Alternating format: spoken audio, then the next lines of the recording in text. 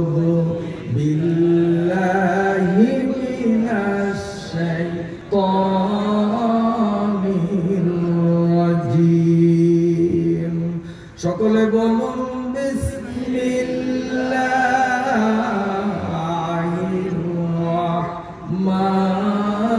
রাহমানির রাহিম। কুল্লু নাফসিন যায়িকাতুল মাউত।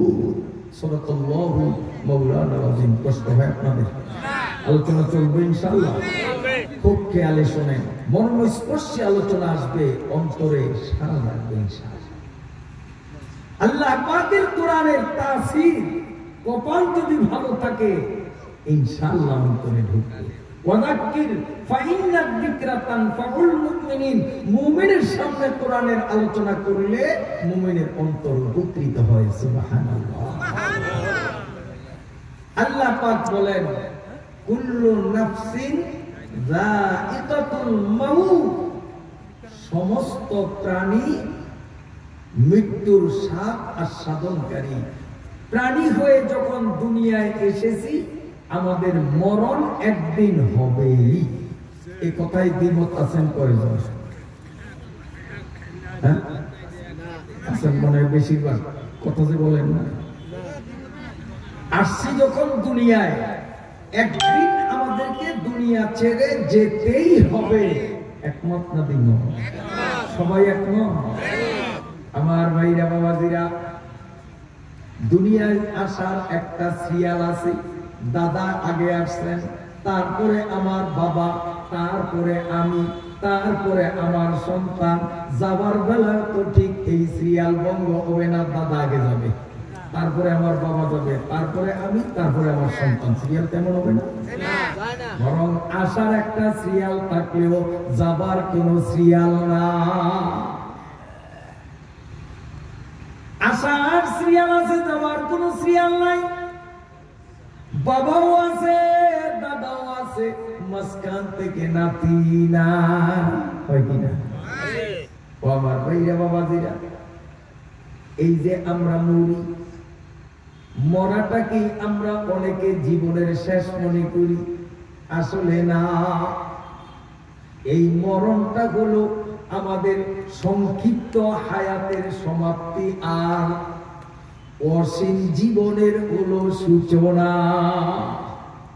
মৌত কো সমঝায়ে গাফিল ইখতিতামে জিন্দগি,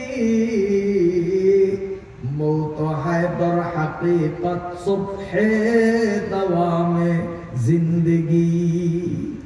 নশ্বর জীবনের সমাপ্তি, অবিনশ্বর জীবনের সূচনা।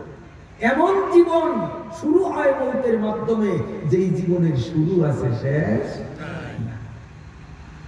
এই মরণটা আবার দুই ধরনের। বলেন কয় ধরনের? মনে রাখবেন, মরণ দুই ধরনের। একটা হলো সুখের মরণ, আর একটা দুঃখের মরণ।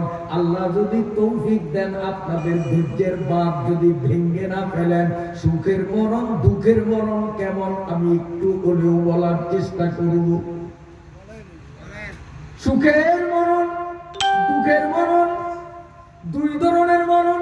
আমি উপস্থিত মুসলিম জনতার থেকে জানতে চাই, আপনারা সুখের মরণ হোক এটা চান না দুঃখের মরণ চান? সুখের মরণ যদি চাই, তাহলে আমাদের জন্য শর্ত হলো চারটা। এই চারটা শর্ত যদি পালন করি, 100% নিশ্চয়তা আর গ্যারান্টি আমার মৃত্যু, আপনার মৃত্যু হবে সুখের মৃত্যু। মাত্র চারটা। এক নম্বর হলো মুআহাদা, আরবিতে বলি, পরে বাংলা বলি। এক নম্বরে মুআহাদা, দুই নম্বর হলো মুহাসাবা, তিন নম্বর হলো মুআতাবা, তিন নম্বর হলো তওবা, চার নম্বর হলো মুআতাবা। এবার বাংলায় বলি, এক নম্বর হলো চুক্তি করা, দুই নম্বর হলো, এগুলা ব্যাখ্যা করে আসতেছে। এক নম্বরে চুক্তি করা, দুই নম্বর হলো একটু লক্ষ্য রাখা, যাচাই বাছাই করা। 3 নম্বরে হলো তওবা করা। 4 নম্বরে হলো শাস্তি প্রয়োগ করা। এই 4টা যদি করতে পারি সুখের মরণ, এতে সন্দেহ না।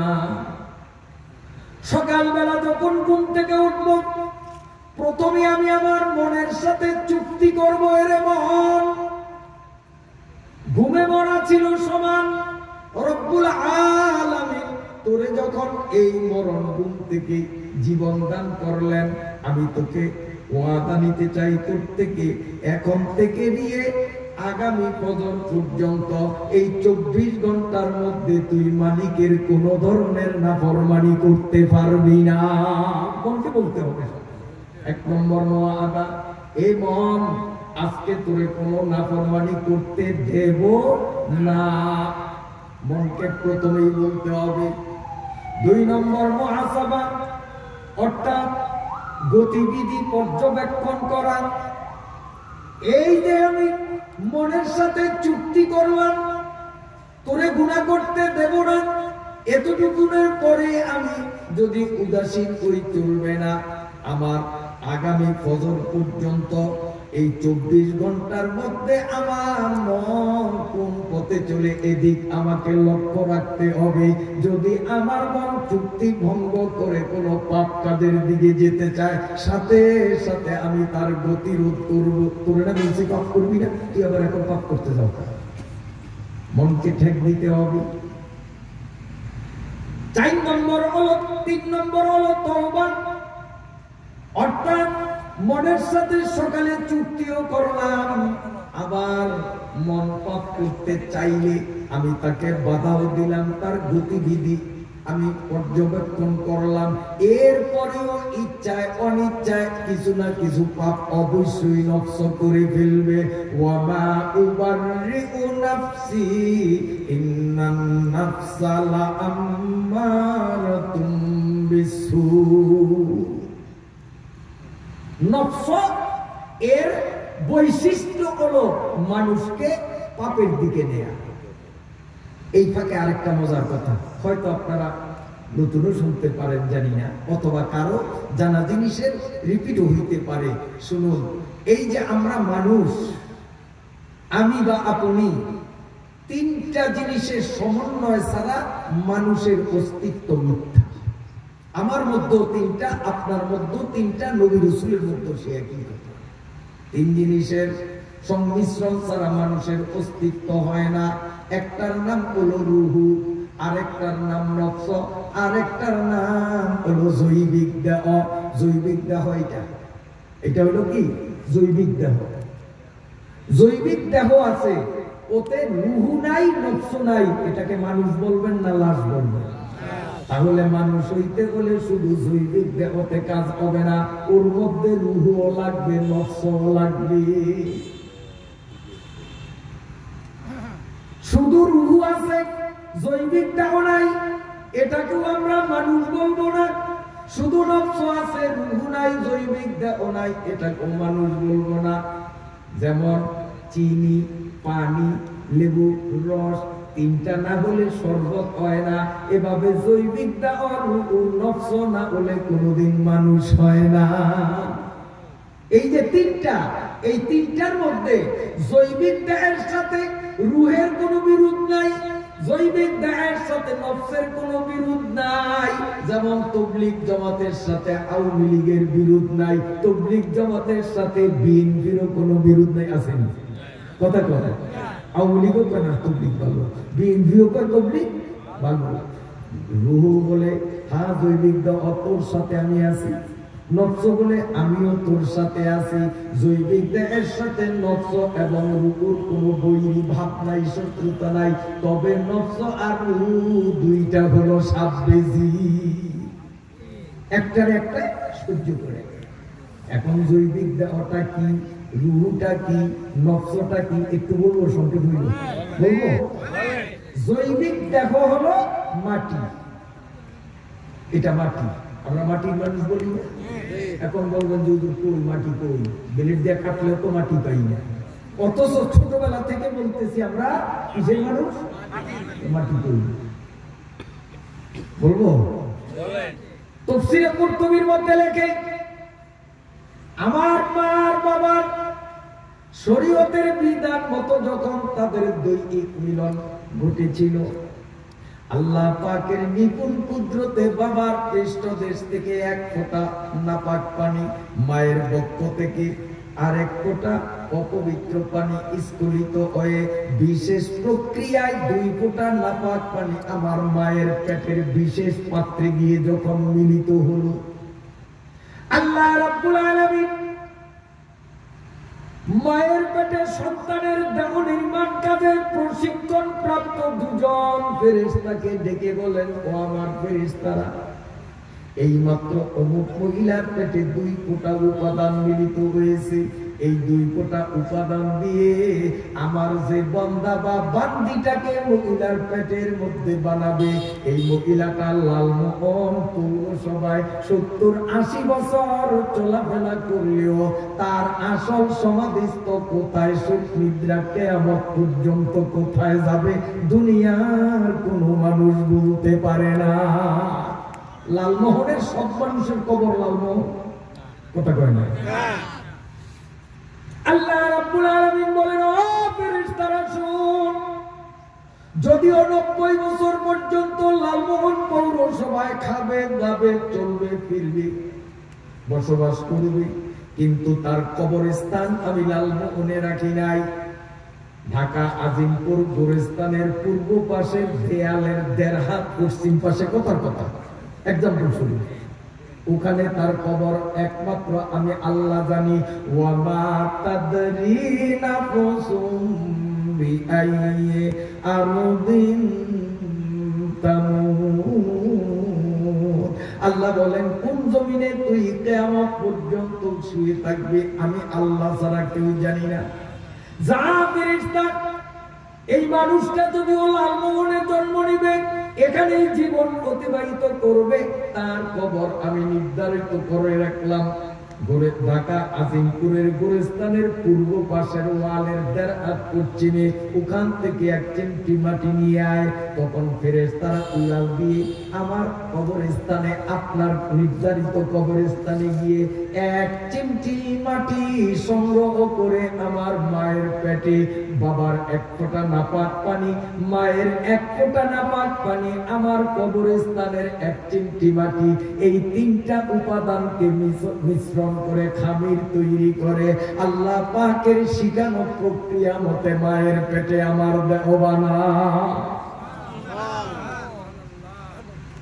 এজন্য বলা হয় আমাদের মাটির মানুষ, আমি আমার কবরের মাটি, আপনি আপনার কবরের মাটি।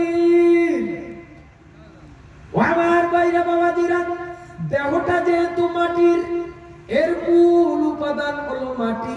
1 নম্বর কবরের মাটি তো প্রত্যক্ষ মাটি, মা এবং বাবার 2 ফোঁটা বীর্য, এটাও মাটি। কারণ ফলমূল, তরি তরকারি, মাছ ভাত ইত্যাদি খাওয়াতেই তো মা বাবার ভিতরে বীর্য তৈরি হয়েছে, ঠিক না ভাই? ঠিক। আর এই শাকসবজি, তরি তরকারি, এগুলো সব কিছুর উৎস হলো মাটি। অতএব বীর্যটাও প্রকারান্তে মাটি, আর কবরের মাটি হলো প্রত্যক্ষ মাটি, সরাসরি মাটি। এই জন্য আমাদেরকে মাটির মানুষ বলা হয়। এই দেহ যেহেতু মাটির দ্বারা নির্মিত, এই দেহের উন্নতি, উৎকর্ষতা, নিরূপতা, সুস্থতা, সবলতা নির্ভর করে মাটি জাতীয় খাদ্য খাবারের উপরে। মাটির থেকে উৎপন্ন পুষ্টিকর খাদ্য যদি মাটির দেহকে সরবরাহ করতে পারি, আল্লাহর ফজলে আমার শরীরটা থাকবে সুস্থ সবল। বুঝতে পারলাম? এটা মাটির তৈরি। এর উন্নতির জন্য, সুস্থতার সবলতার জন্য যে খাদ্যের প্রয়োজন, এই খাদ্য কোথায় পাওয়া যাবে? মাটিতে। এবার আসেন রুহু। রুহুটা কি? কোরআনের আয়াত, ইয়াসআলুনাকা আনির রূহ কুলির রূহু মিন আমরি রাব্বি। আল্লাহ পাক বলেন, রূহটা আর কোনো কিছু না, রূহ হলো আমি আল্লাহর হুকুম মাত্র। রূহ যেহেতু আল্লাহর হুকুম, এই রূহের সবলতা এই রূহের সজীবতা, এই রূহের উন্নতি উৎকর্ষতার জন্য সম্পর্ক হলো আল্লাহ পাকের হুকুম জাতীয় খাবার, নামাজ পড়া, রোজা রাখা। আল্লাহ পাকের যেই হুকুমগুলো আছে আল্লাহ পাকের হুকুমে রূহ তৈরি।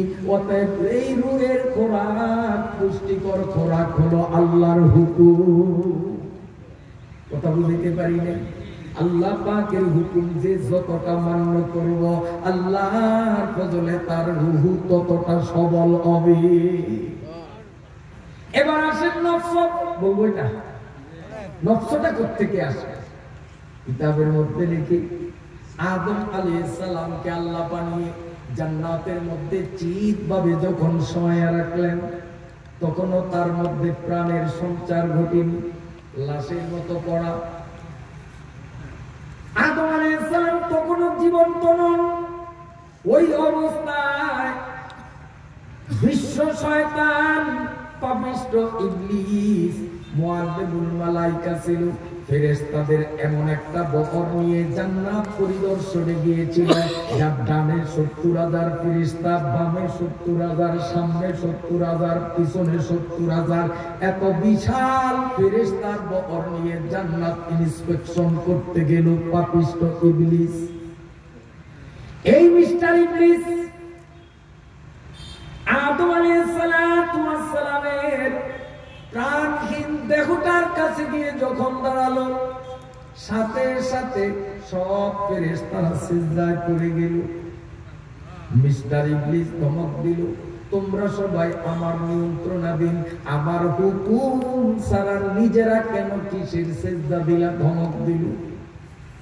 ফেরেশতারা কয়, নেতাজি এমন জিনিস জীবনে কোনোদিন দেখিনি। কারণ মানুষের আকৃতি ইতিপূর্বে তো আর ছিল না, এই প্রথম এমন সুটাম দেহাকৃতি, এত মনোমুগ্ধকর দৃশ্য, এত আকর্ষণীয় অবয়ব এমন তো জীবনে কোনোদিন দেখলাম না।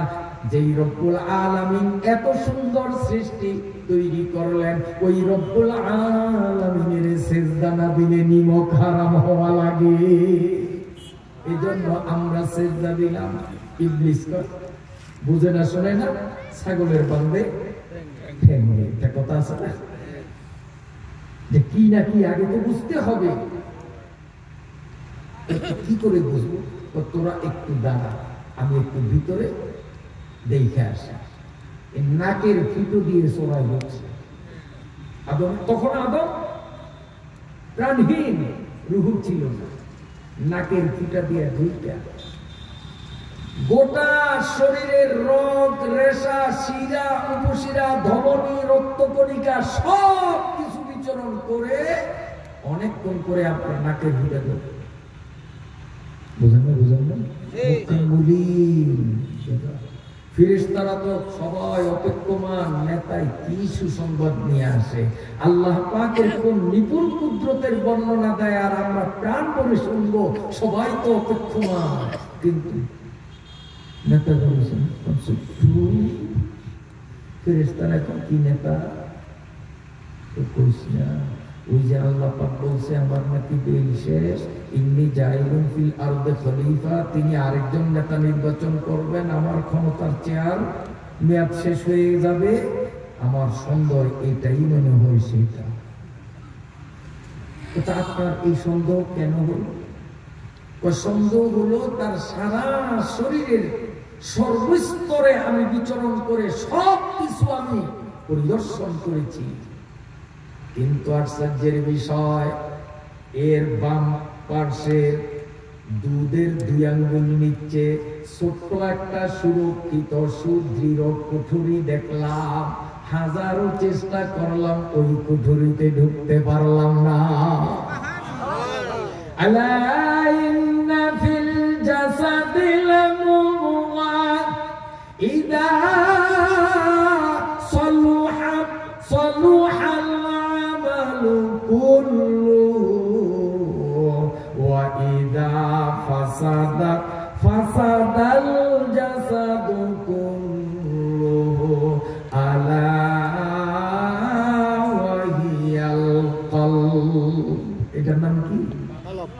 কলব। মান্নাকুন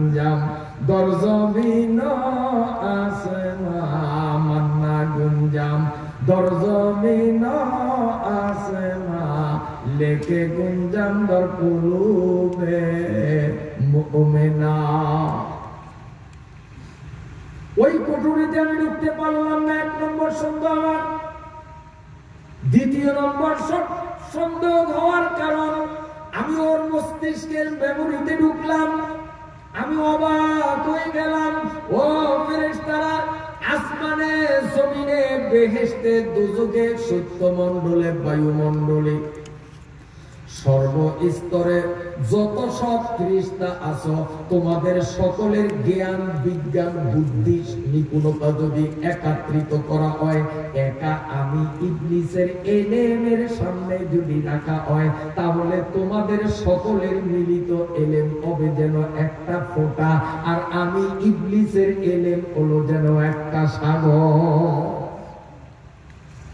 আমি এত বড় বিদ্যান মুআল্লিমুল মালায়েকা, সকল ফেরেশতাদের উস্তাদ এমনিতে হইনি।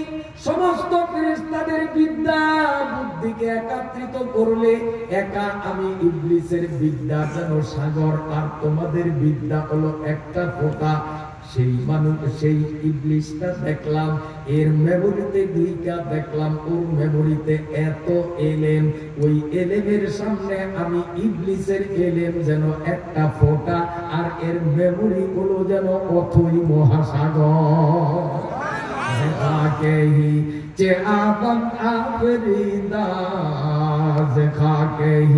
যে আদম আফরিদা, বাইল মাসবর মালাইক বর গুজিদা, হরা কোন সিজদা বরদাশ মন্দ মাসু, বা ইস্তেকবার শয়তান গশতে মালুম, বা ইস্তেকবার শয়তান গশতে মালুম। কষ্ট হয় আপনাদের? শুনেন বন্ধুরা আমার, আত্মার খোরাক হবে ইনশাআল্লাহ। আমার ভাইরা বাবাজিরা, এই পাপিষ্ঠ ইবলিস তো তারপরে চলে গেল। এদিকে আল্লাহ রাব্বুল আলামিন আদম আলাইহিস সালামের ভিতরে রূহ ফুৎকার দিলেন। আকে তোর আদম গমি দুরুহেরা। আল্লাহু আকবার।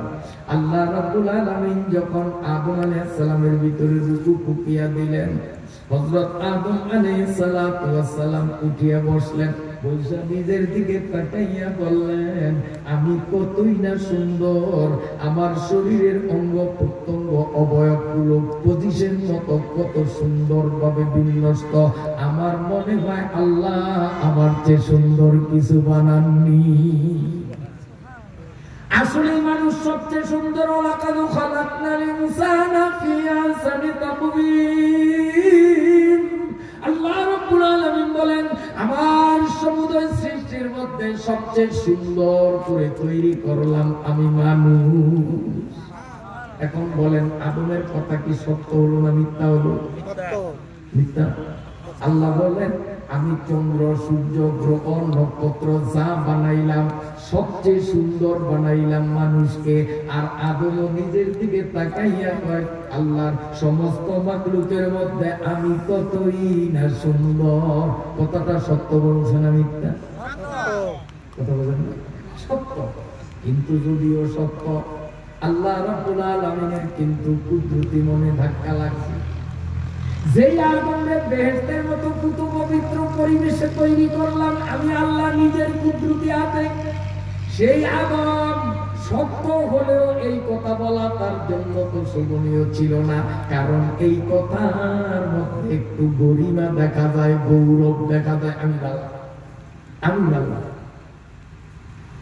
হরকে খুদরা কম জানানো মরদা সওয়াত খুদসে তাই পেশায়ে শয়তাবুয়া। আদমরে আমি বানাইলাম বেহেশতের মতো নির্মল পরিবেশের মধ্যে। সেই আদম আমিত্ব প্রকাশ পাবে এমন কথা তো বলতে পারে না। নিশ্চয়ই সমস্যা আছে। ফেরেশতারা কে আল্লাহ কি সমস্যা? তোমরা বুঝো না, আমি আল্লাহ বুঝিনি। আল্লাহ বলেন, ওই যে দুষ্ট পাপিষ্ট ভিতরে ঢুকছে, এই পাপিষ্ট ইবলিস আদমের কলমের আশেপাশে অনেকক্ষণ পর্যন্ত অবস্থান নিয়ে চেষ্টা করেছে, কলবে ঢুকতে পারে না। ওই দুষ্টের কিছু কুখাসলত ওখানে রয়ে গেছে। আমার আদমকে অপারেশন করে ওই পয়জন গুলো তার কলবের আশপাশ থেকে সরিয়ে দিতে হবে, নইলে আমি তো আর গৌরব শয়তানিতে আমার আদম নষ্ট হয়ে যাবে।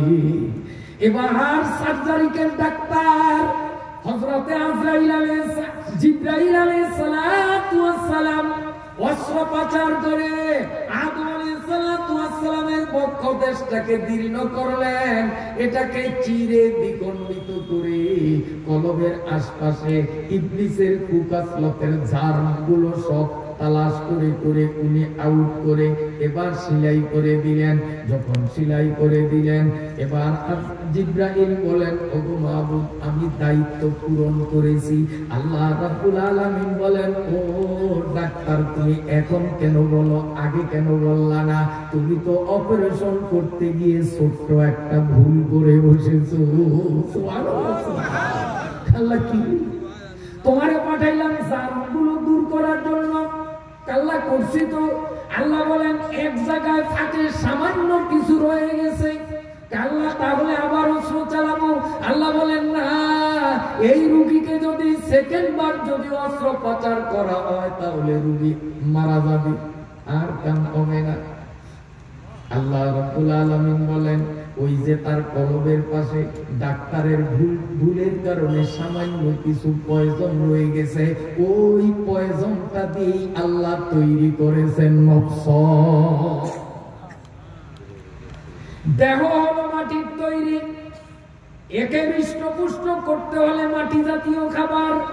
রূহ হলো আল্লাহ পাকের হুকুম, রূহকে সবল বানাইতে হলে রূহুর খাবার হলো আল্লাহ পাকের হুকুম। আর নফস যেহেতু শয়তান থেকে তৈরি, এই নফসকে সবল করতে লাগে যত রকমের শয়তানি। যে যত শয়তানি করবে তার নফস তত সবল হবে। কথা বুঝাইতে পারলাম না? কষ্ট হয় আপনাদের মনে? আমার ভাইরা বাবাজিরা খুব খেয়ালে শুনি, খুব খেয়ালে শুনি। ইনশাআল্লাহ অল্পতে ছেড়ে দিব, গভীর রাত করবো না। বলবো বলবো আল্লাহ। তবে আজকের মাহফিলে আমার একটা নতুন অভিজ্ঞতা। প্রায় 45 বছর আমার বক্তৃতার জীবনে ছোট বড় মাহফিলে আলহামদুলিল্লাহ, আপনাদের এই লালমোহনও আমি ইদানিং কয়েকদিন আগে প্রোগ্রাম করে গেছি পুরস্কার মধ্যে, কিন্তু এই 45 বছরের বক্তৃতার জীবনে আজকের মতো এমন আমি দেখছি বলে আল্লাহর কালাম সামনে আমি আর কোনোদিন দেখিনি। সেটা হলো যে আজকে আমার বয়ান চলতেছে, ফাঁকে ফাঁকে কয়েকজন আল্লাহর বান্দারা চলে গেছেন, কিন্তু আমি ফজর পর্যন্ত বয়ান করছি, আলহামদুলিল্লাহ একটা লোক আমার সামনে থেকে উঠছে, এমন কোনো প্রমাণ নাই। ইউটিউবে আপনারা ঢুকলেই দেখবেন, যদি মিথ্যা কথা বলি ওখানে মোবাইল নম্বর আছে, জোর করে নৌকা দিবে। আমার এই 45 বছর বক্তৃতার জীবনে আমার চোখের সামনের থেকে লোকটা জীবনে প্রথম আজকে দেখলাম। এতে বুঝলাম যে লালমোহনের মানুষ দীর্ঘক্ষণ বয়ান শুনতে অভ্যস্ত নন, অথবা আমি ব্যর্থ, আমার উপস্থাপনা আপনাদের বুঝাতে আমি পারছি না। কথা বোঝেন না আপনারা? কথা বোঝেন না? আমার বুঝে আসে না কথা না? ইংলিশে বলুন, কথাই তো বলেন না। তাতে বুঝলাম যে আসলে খালি খালি ওঠেন নাই, আমার কথা বোঝেন নাই। যদি ইংলিশে বলতাম তাই বুঝতেন মনে। তো বলবো ইংলিশে, একটু বলি। ওই একজনকে বলেন, আচ্ছা তো বলি, আপনি বাংলা বুঝিয়ে দিয়েন, কারণ ইংলিশ সবাই বলতে না। Rapidly rhetoric and the rhythm of the Arabic of the Quran are so character is so powerful, so highly, that any person whatsoever is bound in the nature of things to be but a poor copy of the glittering splendor of the original. Subhanallah. আমি কমু না, আজকের ওয়াজ ইংরেজি চলবে, তাইলে আপনারা বুঝবেন। আপনারা লালমোহনের মানুষ বাংলা বোঝেন না, জিজ্ঞাসা করলাম। আচ্ছা, আপনাদের দেশে গ্রামের দেশ তো ঢেকি আছে? হ্যাঁ, ঢেকি আছে। এখন কিন্তু ওয়াজ দেই না, এখন দিতেছে একটু সালাদ। ওয়াজ পরে দেবো, একটু সালাদ দেই, জলপুর আচার দিতে আছে। ঢেকি আছে, ঢেকি নেন। সকিনার মা, করিমার মা 10 মন ওজনের ঢেকিটা পাহাড় দিতেছে। আর আজিজার মা বৈশা বৈশা সামনে একটু নাই আছে দেয়, এইটারে আমাদের ভোলার গ্রাম্য ভাষা বলে আইয়ে দেয়। আপনারা কি বলেন জানেন? হ্যাঁ, শুদ্ধ ভাষায় বলো সঞ্চালন করেন, গ্রাম্য ভাষায় আইয়ে দেয়। আপনারা কি বলেন? আইয়ে দেয়। আচ্ছা, সকিনার মা আর আজিজার মা যদি ডেকি পাহাড় দেয় আর পরিমার মা যদি আইয়ে না দেয়, সব কারা হবে না কারা থাকবে? হ্যাঁ, কিয়ামত পর্যন্ত পাহাড় দিলেও সব কারা হবে না। আর যদি আইয়ে দেয় তো মাত্র 10 মিনিট সব একদম পরিষ্কার, ঠিক না? হ্যাঁ, এখন আমি তো কোরআনের ঢেকিটা পাহাড় দিতেছি, আর আপনারা সেই আজিজা মার মতো একটু মাঝে মধ্যে আইয়ে দিতে যদি ব্যর্থ হন, তা আজকের ওয়াজ কিন্তু আকারা থাকবে, কারা হবে না। যদি কারা ওয়াজ নিয়ে বাড়িতে যাইতে চান তো একটু আইলিয়া দেওয়ান লাগবে, নিয়ে মেরে লাগবো।